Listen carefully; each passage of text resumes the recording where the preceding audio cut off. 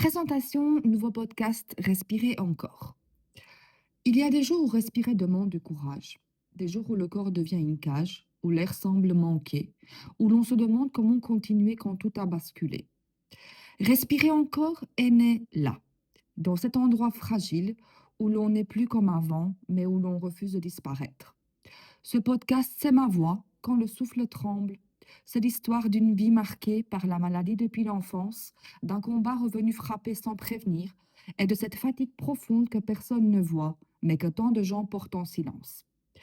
Ici, je parle de la douleur invisible, de l'incompréhension, de l'hyperactivité qui n'a jamais trouvé sa place, de la solitude quand on se bat pendant que le monde continue à courir.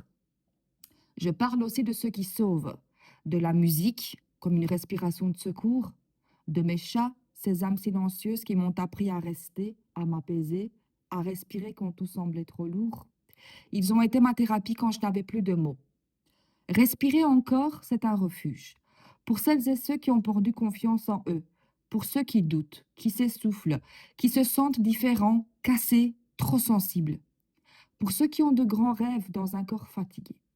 Ce n'est pas un podcast de réponse, c'est un podcast de présence, un endroit où l'on peut pleurer sans s'excuser, un endroit où l'on se rappelle que même à bout de souffle, on est encore vivant. Si tu écoutes, sache une chose, tu n'es pas faible parce que tu luttes, tu es courageux parce que tu respires encore.